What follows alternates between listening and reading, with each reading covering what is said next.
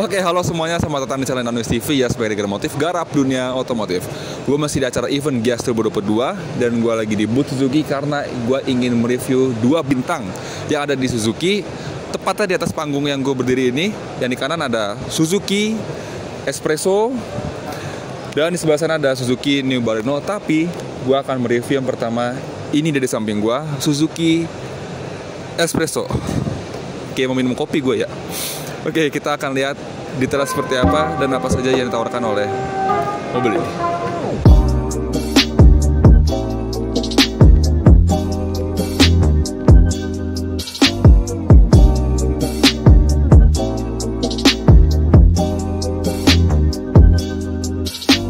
Oke, ini dia Suzuki Espresso. Namanya seperti nama kopi ya, Espresso ya. Oke, jadi Suzuki Espresso ini adalah semi penggantinya dari Karimun Wagon R. Karena kenapa? Karena nanti gue akan menjelaskan mesin segala macam tuh sama persis kodenya seperti mesin Suzuki Karimun Wagon R. Dan Espresso ini adalah CBU dari India, makanya dari desain seluruhnya ini adalah desain dari India. Dan menurut gue desain India itu sangat kurang cocok sebenarnya untuk di pasar global. Ya, yang kalian lihat sendirilah, bentukannya seperti ini, ya kan? Aneh sih sebenarnya. Kalau menurut gua ya agak aneh sebenarnya. Apalagi nih di bagian grill depannya ini tebel banget ininya gitu loh. Ya mungkin emang supaya terlihat mobil ini seakan-akan tinggi ya. Karena kan emang ini untuk menggantikan Karimun Wagon R yang bentukannya tuh agak tinggi ya. Ya, tapi dilengkapi di bawah ada ini nih, ada bumper yang sudah dilapisi silver, plastik silver. Nah, di bagian sini, ini kalau di India, ini adalah lampu DRL. Cuman pas masuk ke Indonesia, dihilangkan. Polos, nggak ada apa-apa. Lampu juga masih lampu halogen, reflektor biasa. Nggak ada fitur yang spesial di sini. Semuanya basic, biasa aja. Bahkan lampu sennya pun ini diletakkan di fender, nggak ada di spion. Oke, kita lanjut ke bagian sampingnya. Oke, sekarang kita lanjut ke bagian sampingnya. Lagi-lagi gue bilang desainnya ini kalau menurut gue pribadi ya, tapi kan kalau masalah desain balik lagi ke selera kalian masing-masing menanggapinya seperti apa. Cuma kalau menurut gue sendiri ngelihatnya sih agak kuring sih ya. Emang desain India tuh agak aneh-aneh, kurang cocok kalau untuk masuk ke pasar global. Nih, lihat aja nih. Ini gapnya jauh banget nih. Tuh, tangan gue aja bisa masuk. Sampai suspensi belakang kelihatan. Dan warna dasar bodinya tuh sampai kelihatan tuh. Tangan gue bisa masuk dong. Oke, kita lanjut ke bagian bannya. Ini memakai bahan merek India ya, dengan profil ban 165/70 ring 14. Peleknya sudah menggunakan pelek alloy two-tone. Rem depan cakram dan rem belakang masih tromol. Tapi by the way mobil ini sudah ABS. Jadi untuk fitur safety ya udah enough lah, udah cukup lah.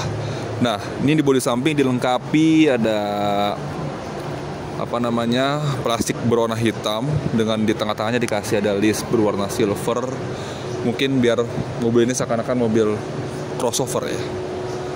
Ya, cocok sih emang ini kalau emang bener generasi selanjutnya Karimun Wagon R sih emang porsinya nih tinggi dia nih. Tapi by the way mobil ini tidak masuk ke LCG sih. Mobil ini maunya masuknya ke city car aja. Kalau Karimun kan LCG sih ya. Nah kalau ini enggak. Oke, kita sebelum melihat bagian interiornya kita lanjut ke bagian belakang dulu. Habis itu mesin, habis itu dalam. Yuk lanjut. Oke, kita sudah di bagian belakangnya.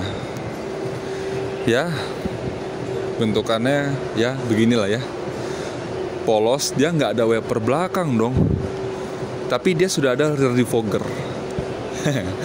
Berarti ini Espresso lebih mementingkan rear defogger dibandingkan rear wiper. Tapi dia sudah dilengkapi ada sensor belakang, cuman nggak ada rear kamera. Tapi by the way ini sensor belakangnya rata loh ini sama body nih, tuh rapih loh, gile rapih ini. Di belakang juga dilengkapi ada over fender berwarna silver ini juga ya, plastik warna silver. Nah, bagasinya ini tidak bisa dibuka, ada tuas di sini. Dibukanya dari depan atau pakai anak kunci dari sini. Nah, sebentar, gua akan bukain dulu di bagian depan. Nah, inilah seperti inilah bagasinya dari Espresso. Dia di atas ada tempat ini juga buat nyimpen barang.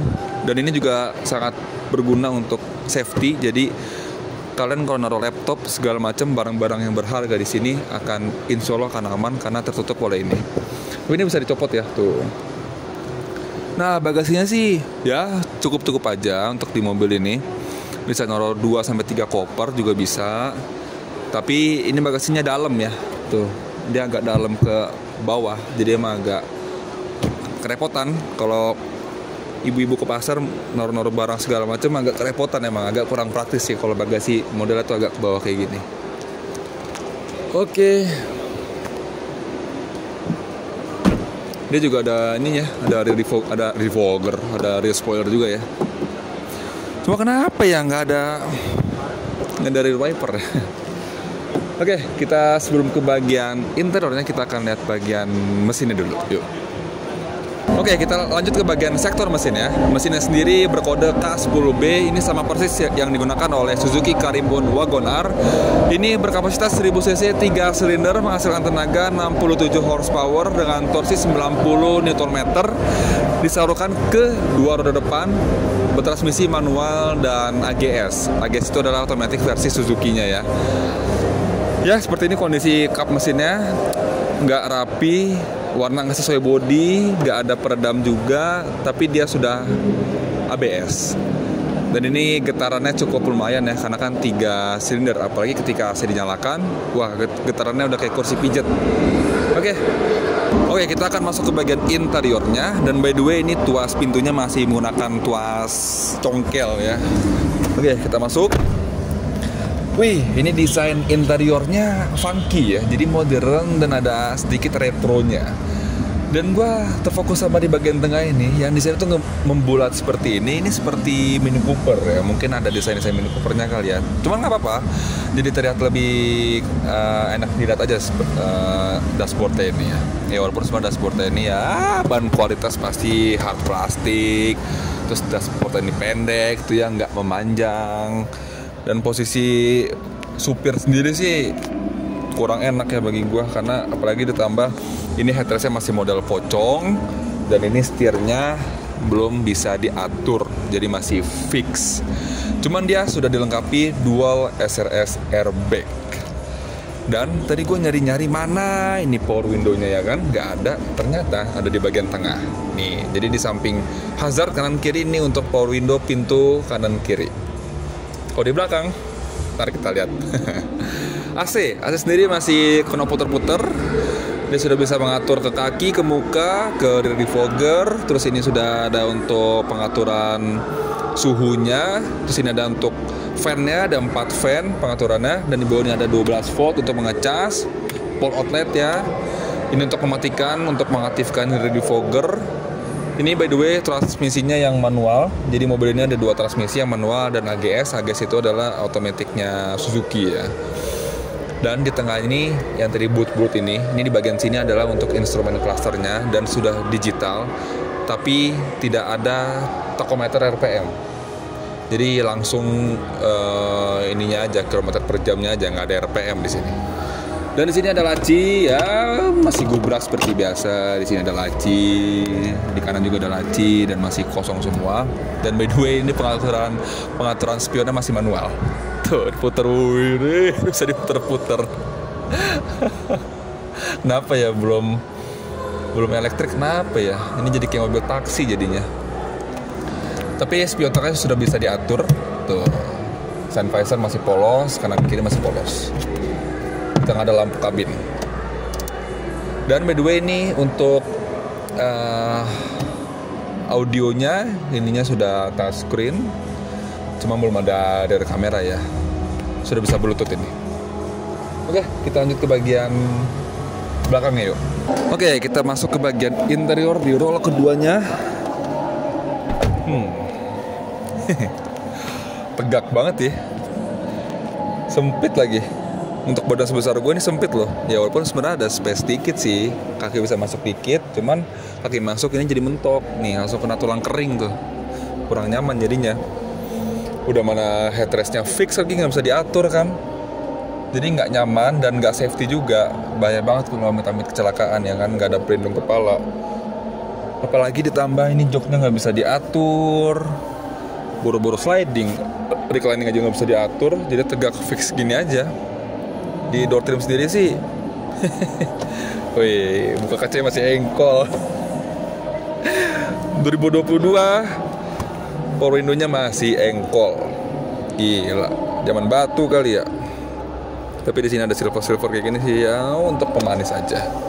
Polos, nggak ada apa-apa. Di sini nggak ada laci, ya ada satu cup holder di sini.